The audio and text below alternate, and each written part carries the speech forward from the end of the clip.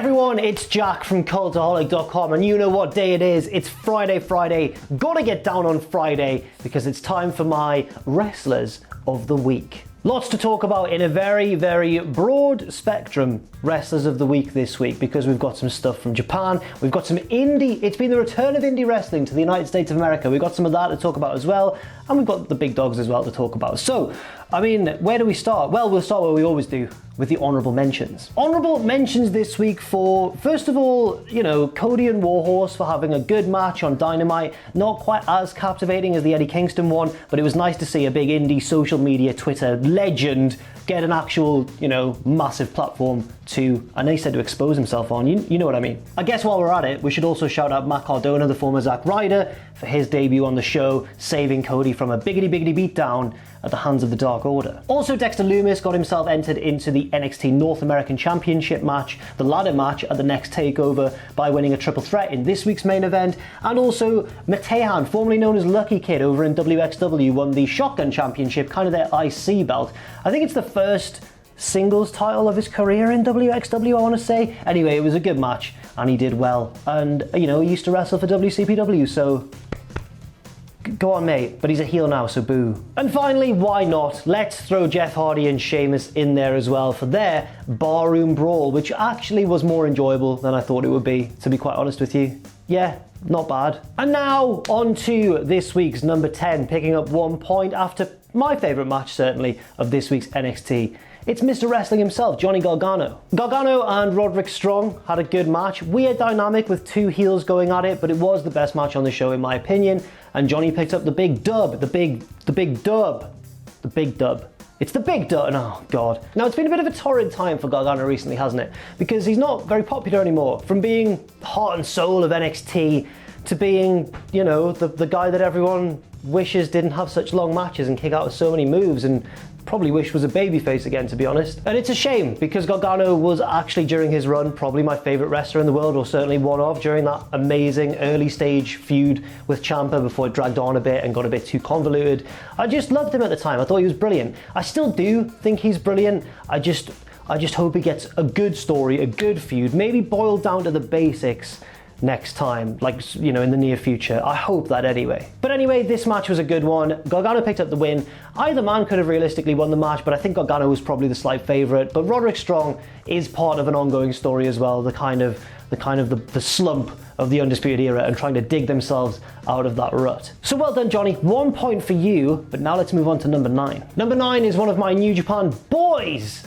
It's El Desperado, who again came up short when it really mattered in a big singles match, this time for the Never Openweight Championship, but he really gave it his all. Desperado looked good in defeat here, and I'm just waiting for the day when all of these near misses suddenly, you know, all click and he can finally win a big match. But for now, this was about as good a performance as you could have asked for given the circumstances. And Desperado was his usual, you know, cheating self. He was using a steel chair, although it broke at one point, so he just grabbed the belt and clocked his opponent with it anyway. And I thought that was a nice little touch of improv.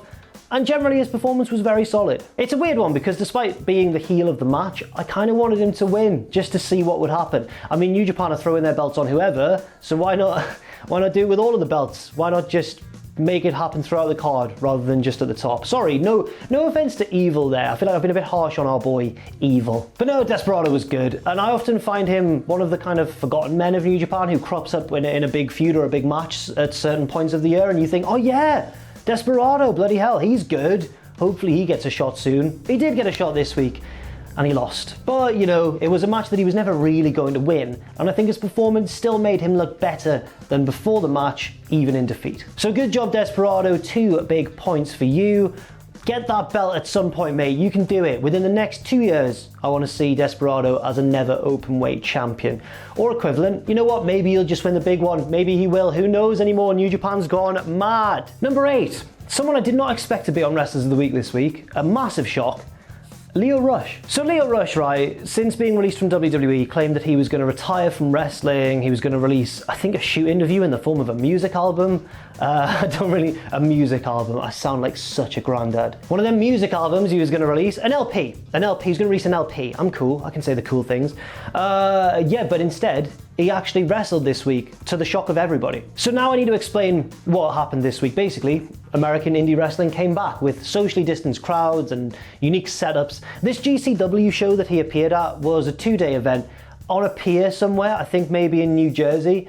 And it was just outside, next to the waterfront. The fans were all spaced out around the ring. It looked really cool, but I don't know how sustainable that is. But regardless, it was Lio Rush who really lit up this 2-night affair, or 2-day affair, attacking Joey Janella on day 1, and everyone lost their minds because Rush and Janella had this hellacious feud before Lio Rush signed with WWE a few years ago.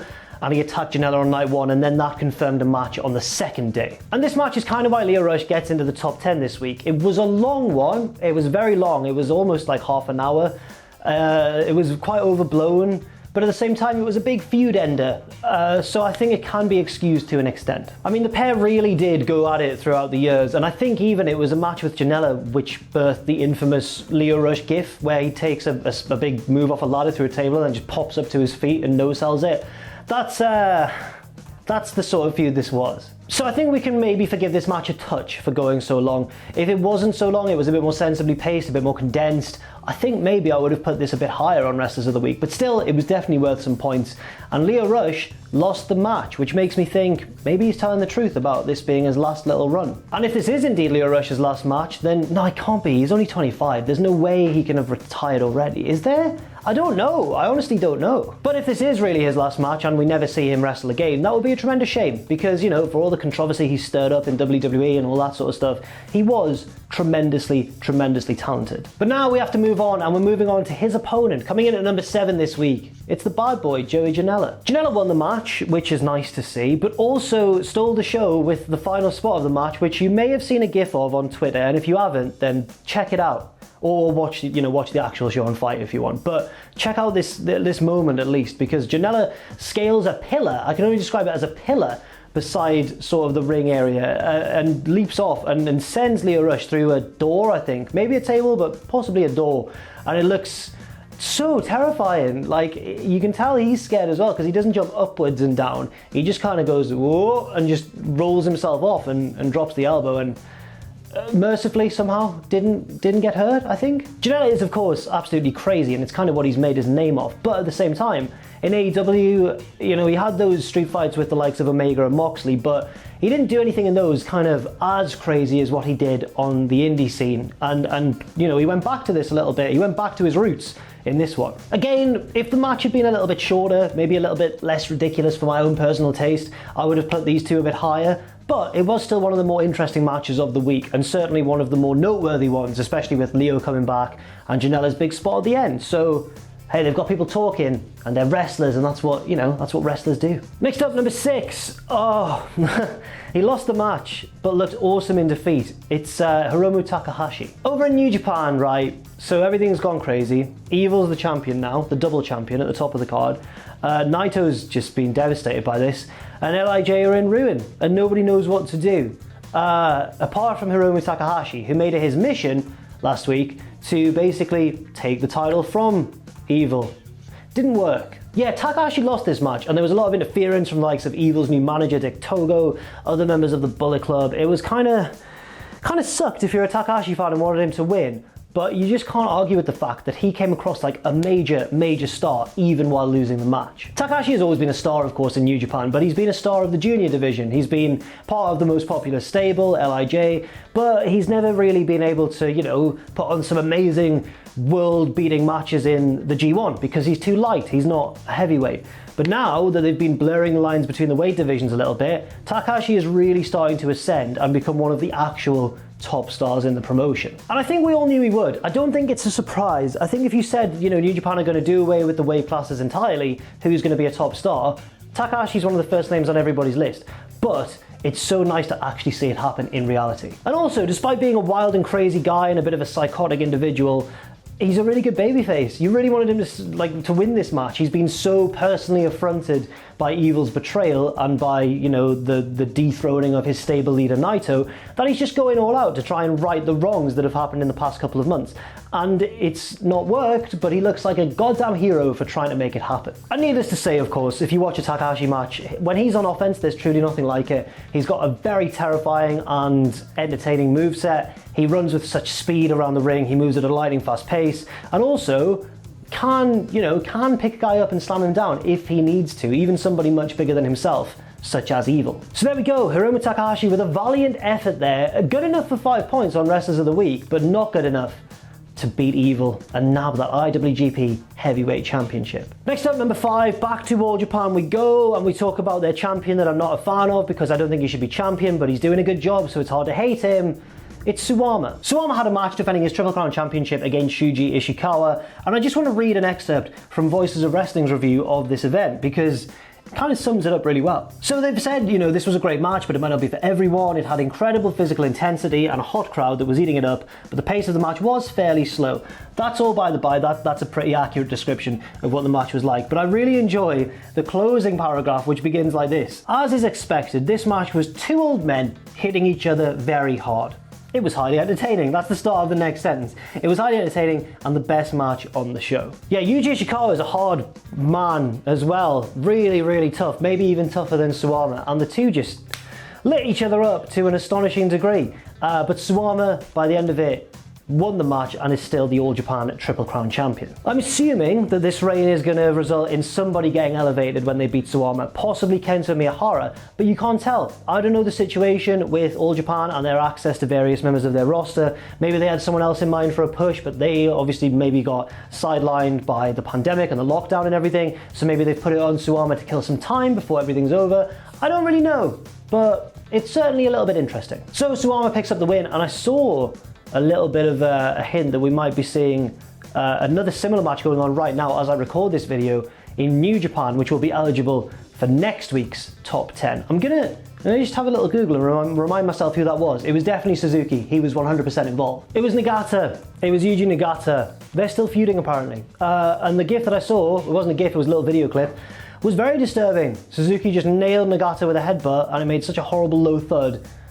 Quite scared about watching that one. So there we go, well done Suwama, and I'm terrified if Suzuki's match makes the list next week to watch that. Now let's move on to number 4. Next up, number 4, we've mentioned him briefly already in this video, talking about his defense of the Never Openweight Championship against El Desperado. It's the Dragon, Shingo Takagi. Takagi has been slowly climbing the ranks of the Wrestlers of the Week overall league table in the past few weeks, and it's been unusual because now he finds himself really near the top. But unlike the other people like Cody and Moxley, Shingo hasn't really been having as many headline-grabbing matches, even in just the context of New Japan, because there's so much stuff going on elsewhere in the card. But despite that, I think Shingo remains the most consistent part, probably, of New Japan's product right now. His feud with Sho continues to be amazing. This match with Desperado was really good as well, and he looked so strong in victory, while keeping his opponent strong in defeat as well, which is such an underrated skill. And generally, I think he needs to be elevated. I think he needs to be the one to dethrone Evil. I don't know, that's a bit of an out there scenario, but in order for that to happen, he would probably have to drop the Never Openweight Championship first and then turn everything around and be Evil in a very short space of time. So maybe I'm asking a little bit too much, but I can still see it happen. But then who would Shingo drop the Never Openweight belt to? The obvious answer is probably Sho, because of their battles in the past.